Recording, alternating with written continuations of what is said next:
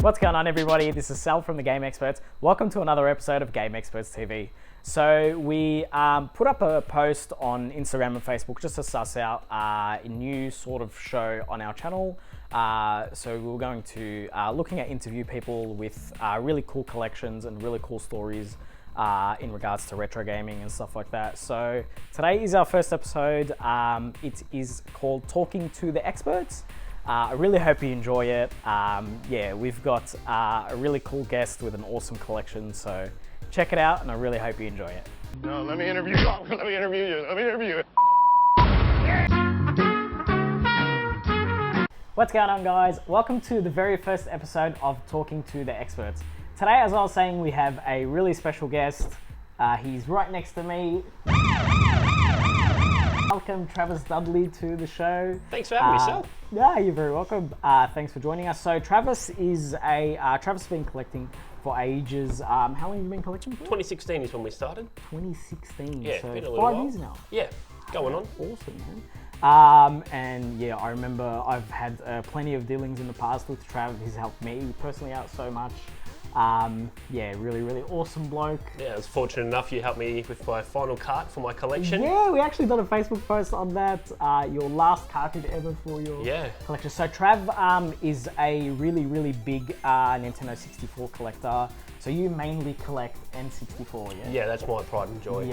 Yeah. So you've got, I remember you were telling me you've got the full PAL collection of N64. Yeah, that's right. So we got 243 PAL carts, 16 different console variants, and about 25 different controller variants. That is all. So 200. So every single PAL cartridge, Travis has, like, insane. So pretty much you just collect N64. What is it about N64 that you love so much to just collect for N64? Yeah, so for me it was always a nostalgia thing. So at the time when the Xbox first came out, I was one of those silly people that traded in their 64 for the Xbox. And then, you know, as you get older and wiser, you learn to regret some things. Damn, I wish I kept it. Yeah, 100%. So I decided to get back into it, and through your help and various Facebook groups, we've been able to achieve what we have now. Ah, awesome, man. No, that's really cool. So, like, the 64 was, like, your favorite childhood console, I'm guessing? Yeah, one of my all-time fond memories is playing Mario Kart 64 with Dad and kicking his backside at it. Ah, that's awesome, man. I think you let me win, but I'll take it. Yeah. You know, I see a lot of people who collect for pretty much like everything, and then they have, you know, just sort of a few cartridges or a few games for every single console. But to see somebody who collects like for just one console and to have every single cartridge or every single game for that console, it blows my mind. That's so awesome. Yeah, it happened over a period of time. I think it was about 2.5 years to complete the cart and console collection all up, and a couple of dollars. Oh yeah, a couple. So they made like heaps of N64 games. There's some really good popular titles out there. What do you reckon would be your top 5 best games for the 64? My personal top 5 would start with Snowboard Kids 2. Oh, nice! It's a rare game, but again, for nostalgia reasons, it's one of my all-time favorites. I love the soundtrack, love the gameplay. That's awesome. So I've got that as number 1. And then 2 to 5 sort of vary between Banjo-Kazooie, Mario Kart, again playing with my old man. It's got to be in my top 5. Mario Kart, yep. Conker's Bad Fur Day, because I feel like that's a game that probably never should have been released, but you know, everyone's a huge fan of it, myself included. Honestly, when that got released, I was so surprised. I was actually personally thinking that it was going to come out on the PS1 because like it's so vulgar, but such a good game though. If you guys haven't played Conkers, do recommend. Worth the money. And lastly, Banjo-Kazooie. Can't go past it. It's an all-time classic. I play it yearly. So yeah, committed to it. So you do like yearly replays of Banjo? Yeah, absolutely. Awesome. That's really cool. So one of the main attractions of this show that we're focusing on is for collectors to bring in 3 of their most important and their prized possessions in their collection. I know Trav, you'd have heaps, like, you know, especially with 243 PAL games. I know that, you know, there's a lot there that would be really close to your heart, but yeah, I've asked you to bring in 3 of the best items in your collection. Let's start with number 1. All right. So what I brought in first of all is I've got my Fantastic Charcoal Edition console. Wow. So incredible. the Fantastic Edition was came in 6 different colors. The charcoal one I have here today is what the collectors deem to be the rarest and most collectible of them all. Most definitely, yeah. And it tends to hold a bit of value as well, just even controller alone and console alone. That's awesome. I've actually, like, personally never seen a charcoal N64, so for you to bring that in, that's bloody awesome. No, it's They're really rare. They very rarely do they show up on the second-hand market, and once they go up, they get snapped up like instantly. So yeah, for you to have one, well done. Thank you, sir. Yeah, no, it's a proud piece of mine. It's not it's one of my least cheaper ones, I guess we'll say, more expensive ones. But most definitely. yeah, no, it suits all the other Fantastic ones. They line up nice side by side. So Awesome. very happy to have this in my collection. Number 2 would be my Hawks N64 console and controller. Wow. So this is a rare Japanese piece. The Hawks also came out with a Game Boy Color and Game Boy Advance with a similar color pattern as well. Yep. But much like the charcoal console, if they pop up on the market, they're not there for long. As I was saying, like the charcoal, like I've seen so much over like 10 years of doing this, but surprisingly the charcoal, this is my first one, and the Hawks is actually my first, like the one you've brought in is the first console I've ever seen. Yeah. It's incredible. The unfortunate thing with the Hawks is a lot of the consoles tend to have a swirling pattern on them, Okay. which kind of takes away from the appeal and the shine and the orange side So of whereabouts things. would the swirl be? Like, It's usually on top of the console here, and it comes with like a little swirly pattern. But fortunately enough, this one's in that looks pretty really, decent really condition. good though. Yeah, that looks excellent actually. Yeah, no, it's very, very. I love is like our PAL Fantastic consoles were all like one tone, but when you'd go with like the UK and Japan, they had like 2 tone. Yeah. So like that's obviously NTCJ exclusive console. So yeah, you've got one thing that's different is it's got like a fire orange top, and then on the bottom, instead of being clear, that's just like matte black. Yeah. Yeah. It's just that's really interesting. really dark coloured black with the contrast of the nice see-through orange on it. Yeah, that's really the same as the control as well. Yeah, That the is controller's really, the same, really and I know for a fact the Game Boy Color and Advance were the same as well. Yeah, I've seen the Advance. Yeah, they're very similar. Yeah, so they've got they're pretty much the same sort of color. But yeah, that's excellent. Man, if that's 2, I'm sure you would have saved one of the best for last. Let's have a look at number 3. Last but not least, this one here is another rare Japanese variant that's called a Jusko.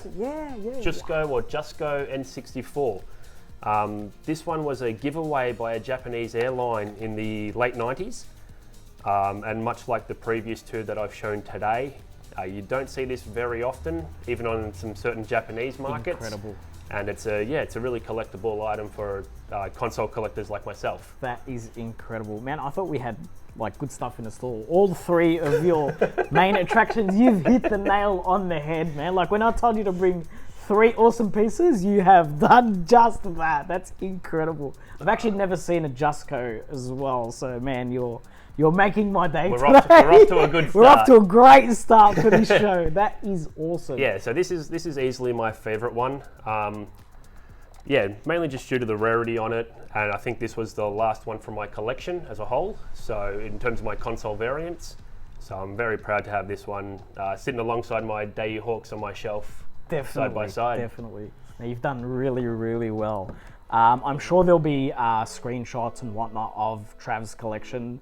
One that I really love is, as I was saying, you see a lot of collectors that focus on everything and try to get as much as they can of everything or a few games of everything, which is perfectly okay.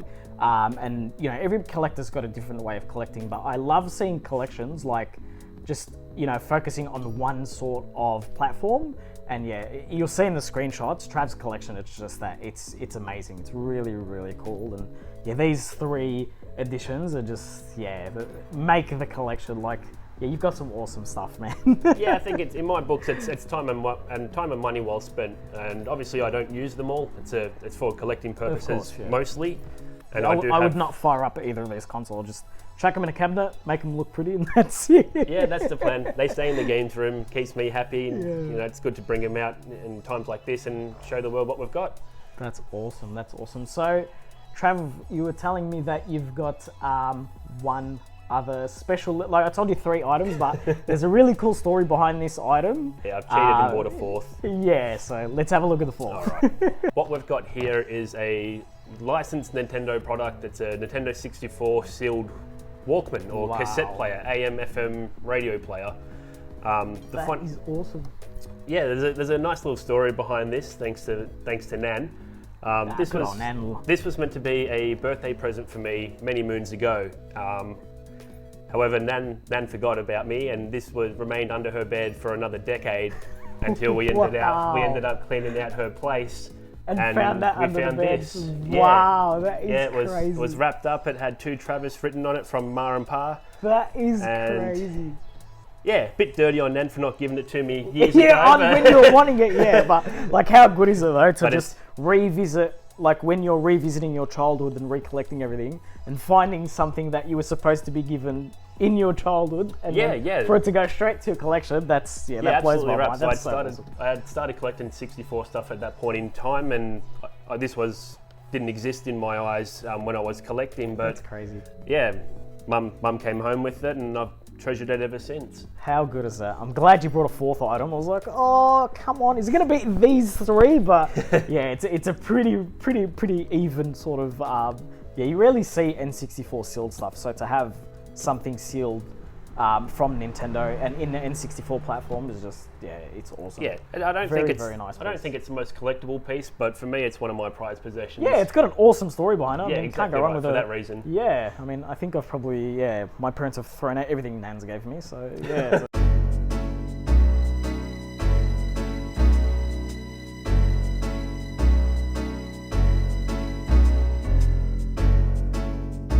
It's good that you keep them.